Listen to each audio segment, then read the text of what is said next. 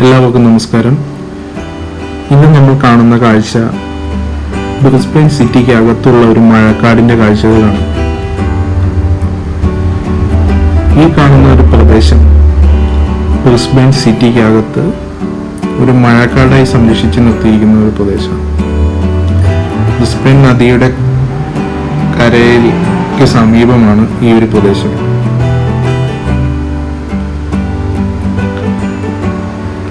ഈ കാണുന്നത് പോലെ ധാരാളം മരങ്ങളും സസ്യജാലങ്ങളും എല്ലാം ഇവിടെ വെച്ച് പിടിപ്പിച്ചിട്ടുണ്ട്.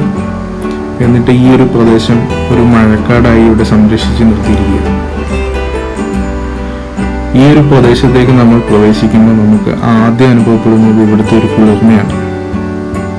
സിറ്റിയിലെ ചൂടിൽ നിന്ന് നമ്മൾ നടന്ന് ഈ ഒരു പ്രദേശത്തിനുള്ളിലേക്ക് പ്രവേശിക്കുമ്പോൾ നമുക്ക് അനുഭവപ്പെടുന്ന ഒരു കുളിർമ എടുത്തു പറയേണ്ടതാണ്.